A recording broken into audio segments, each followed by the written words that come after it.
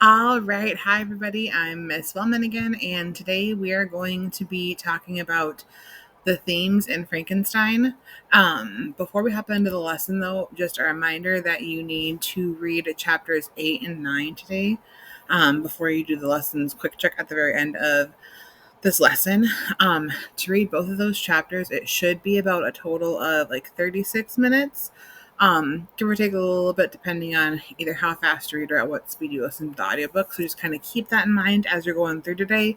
And also just kind of like a content warning in chapter, I think it's 9. But it's between chapters 8 and 9. There is a couple of parts where Victor is really feeling down and out, and he is contemplating like death.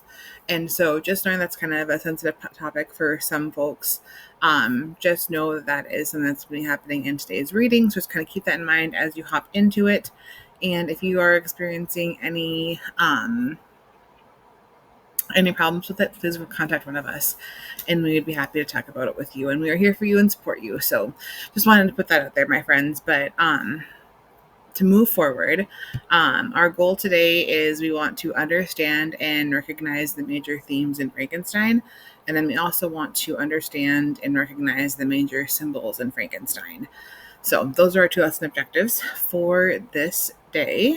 And we're going to just hop right into it with our first theme that we'll talk about, which is the theme of ambition and the pursuit of knowledge, which in and of itself, ambition and the pursuit of knowledge are not bad things. They're pretty actually like noble things. It's good to have goals and want to do things, and it's good to want to learn as much as you can. However, how it's being portrayed in this book is what happens when we kind of let our ambition or our pursuit of knowledge go unchecked, or like do things without like thinking it through. So in the book, Victor, his whole goal is he wants to unlock the secrets of life. And by doing that, he creates the creature, and he doesn't think about any of like the moral or like ethical implications of what making life out of something that previously had life and now didn't, like something dead, and now breathing life into it. And he didn't think about any of the implications of what could happen by playing God, basically.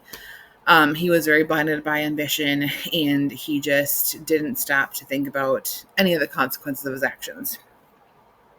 And he really just was chasing the thrill of discovery throughout the whole novel. And as we're going to find out, that there are a lot of consequences that came from this choice that he made. And probably not a lot that he ever thought would actually happen. But just he had this goal in mind, and he didn't think about what would happen to anybody along the way of trying to like achieve this goal. And that's a really big theme that we'll talk about and that we'll see talked about in this book. There's also the theme of isolation and alienation. So both Victor and the creature suffer from isolation. And so before I guess get more into these notes, isolation and alienation, they're similar but not quite the same. Isolation is more so like you are choosing to go somewhere else and not be with people, whereas when you are alienated, it means that people don't want to be with you because of XYZ. And they go hand in hand, but they are 2 different things. And we see that the creature and Victor are both isolated, but the creature is who is alienated because he is something else. He is other, and people can't accept him. They call him a monster, and he is alienated from humanity because of the circumstances regarding his creation. So he is both, whereas Victor is more so just isolation. But anyway, to get more into our notes here, Victor isolates himself from everyone during his experiments. He goes into his lab and just works. Doesn't let any of his friends or family check on him. Had he done that, someone might have been like, "Hey, buddy, let's think this through." But no one did, because he didn't let them. So he was very isolated and just kind of in his own head during this whole research and creation process. The creature, once he is created, he's abandoned right away just for his physical appearance. And for, like, again, the circumstances of his creation that his creator made him in. So, like, his creator, Victor, realized that, like, what he did wasn't the greatest thing. And instead of, like, taking responsibility, he pieced out. Kind of what happened there. Um, and this creature is forced into isolation, to isolate himself for his own safety. And then, like, humanity also, like I said earlier, like, humanity, people alienate him because of how he looks, and the fact that he was not created like the natural way. And isolation in this story is portrayed as very destructive. It breeds obsession in Victor. So when Victor isolates himself when he's doing his experiments, he's become obsessed with creating life and creating the creature and all of that. Whereas isolation breeds bitterness in the creature because he really wanted connection and people. I'll talk about that a little bit more later. But he didn't get that. And so then he becomes very bitter and, like, almost like hate, or the bitterness turns into almost hatred because of the creature not being accepted by society. The creature yearns for companionship along with this, and that becomes his primary motivation in the novel. He just wants somebody in his life. And then Victor becomes physically and mentally deteriorated because of being isolated. So, like, at the beginning of our story, he is, like, knocking on death's door because he's been, we find out that he's been going through all of this. And again, when he was creating the creature in his lab afterwards, he got super, super sick because he was so isolated, was so focused, and didn't take care of himself. And our next theme, we have nature versus nurture. So nature versus nurture essentially means, are people born the way they are, or are they kind of a matter of their circumstances? So again, are people or the creature inherently good or bad, or do their experiences in life shape that? That's kind of the gist of it in this novel. And, like, the theory in general really is kind of like that. So the creature begins as innocent and kind of like a child, and then he repeatedly is rejected, abused, and lonely because of being rejected and abused. And this drives him towards violence. And his progression in the story suggests that Mary Shelley is suggesting that environment and treatment profoundly shape identity. So, like, he started off really, really good and kind, but because of just everything that happened to him and how it affected him inside, that turned him into, quote unquote, a monster. I really don't like calling him a monster because I just think the implications of that are a little different,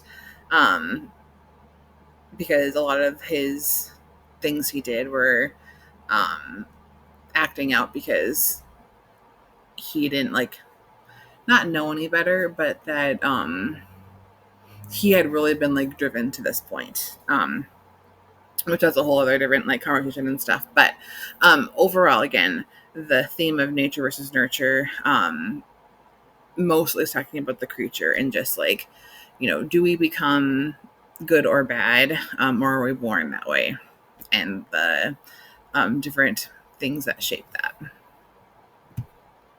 Our next one is, we have the role of nature and the sublime. So in this book, nature is a source of beauty and emotional restoration, which that's very tied into, like, the romantic ideals about nature. In the time this was written in, and nature has the ability to inspire awe, humility, and reflection. In the book, there are moments in nature that restore, temporarily at least, Victor's sanity and, like, make him feel better, as he, like, finds, like, some peace out there, momentarily, until he comes back into the real world and realizes that things are still not great for him and his family.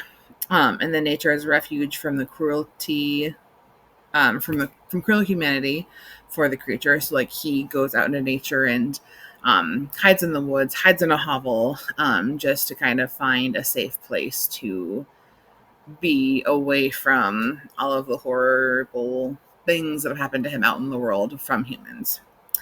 And then the wild landscapes in the novel kind of contrast with the corruption of humans, which again ties into that like whole romantic ideal of nature being the most pure thing in the world, and that is carried out here in the book that we do see.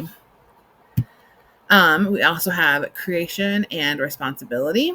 So Victor brings life into the world, but he refuses to take responsibility for it. And the novel really critiques the idea of playing God without accepting the duties of a creator. Creation is an act bound to moral and social obligations, and abandonment of those duties leads to ruin. So, like Victor's refusal to create a companion for the creature triggers a series of deaths, and even like Victor's refusal to accept the creature that he made. That's really the big catalyst. Like in the beginning part of the book, in the last half of the book, the last catalyst is Victor refusing to make a companion for the creature, but truly everything that happens in that front half is because Victor saw what he did and didn't want to take on any of the responsibility for it, because he was disgusted by his creature and therefore disgusted by what he did. And instead of trying to do the right thing and like take responsibility for this thing that he made, he did not. And again, the novel is critiquing the idea of, you know, playing God, or even like you could even say that it's being the parent, because he made like the father, quote unquote, in big air quotes, to the creature because he created him, and then he rejects him. He rejects the creature, I mean, and he doesn't want to accept the duties of being a father. So it can kind of go both ways, with being the creator as in like playing God, or the creator as in like the parental figure to this thing that is made.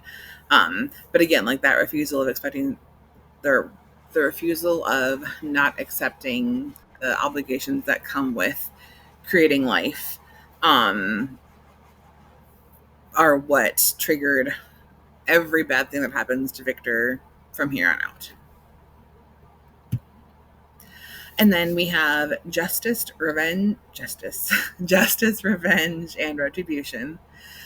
So both Victor and the creature are locked in a cycle of vengeance, and then each believes they have been wronged by the other and seek retribution. So Victor thinks that he's wronged by the creature for the creature being made, and then the creature going off and killing his brother, and things like that. And the creature thinks that he's been wronged because he was made. He didn't ask to be made, but he was made. He was put in this world, and then Victor rejects him, and then so does every single other human that the creature runs into. And so they both believe they have been wronged by the other, and they are trying to right the wrong by seeking revenge, which not how it always goes. Revenge consumes both the pursuer and the pursued, which they both are the pursuer and the pursued at different parts in the book. And ultimately, it leaves no one satisfied.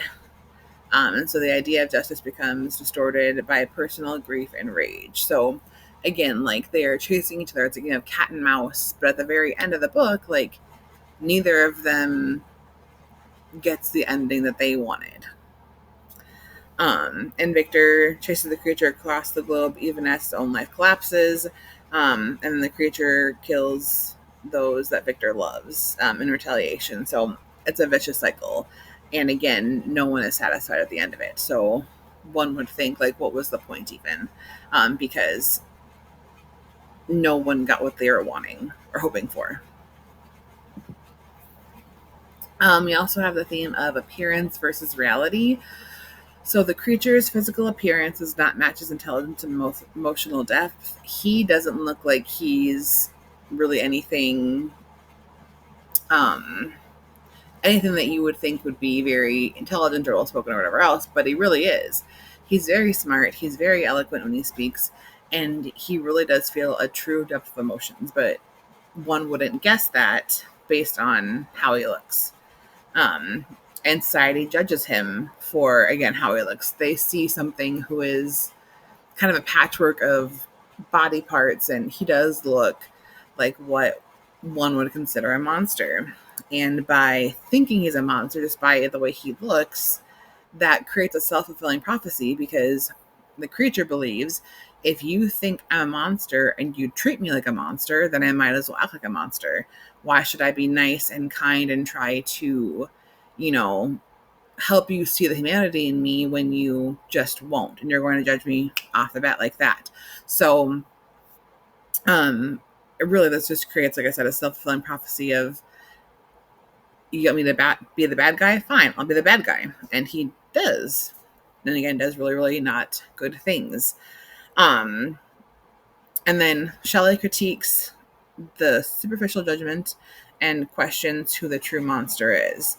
So, again, in the book, there's a lot of ethical questions, and one of them is between Victor and between the creature, who is the monster? Is the monster Victor because he didn't take responsibility? He made the creature in the first place.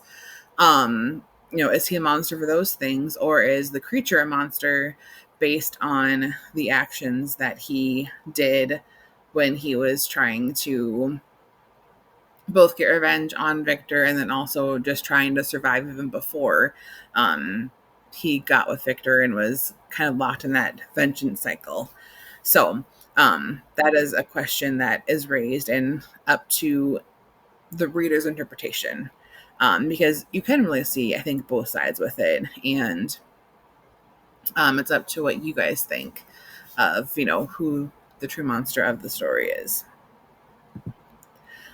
And then we have the limits of science and human power. So this kind of goes a little bit back into the idea of the ambition and pursuit of knowledge, but it's a little bit more honed in on the science part. So the novel questions the Enlightenment, faith in reason, and progress.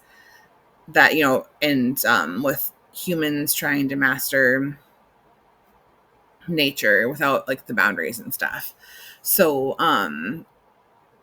the Enlightenment that came before this novel and was a really big part in like romantic ideals. They really believed that reason and progress were like the ultimate thing, and they were what was almost like the foundations of how society should be, how it is, kind of things like that. But what we see in the book is that human mastery over nature has boundaries. Like, humans can only do so much, and reason and progress aren't always infallible. They aren't always going to get you in the right place, kind of.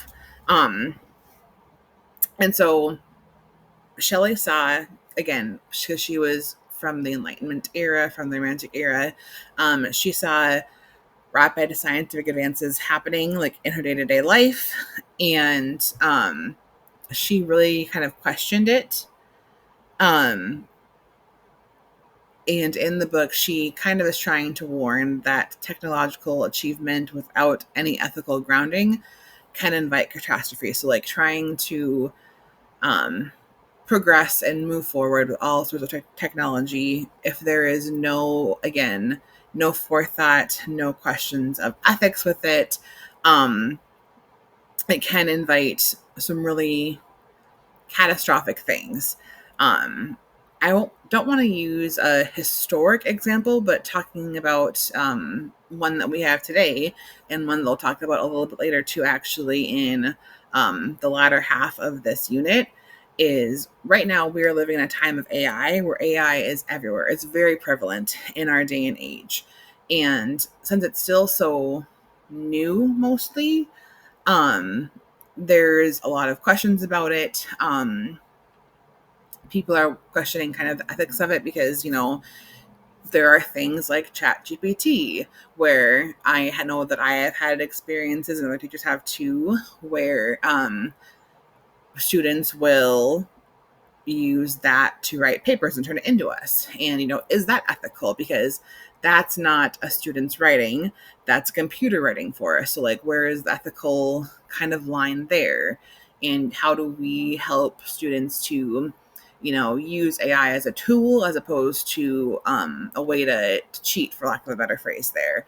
The other side of that too is with the creation of AI and people using it, like it can be very helpful. Absolutely. Like it can um help people like translate things.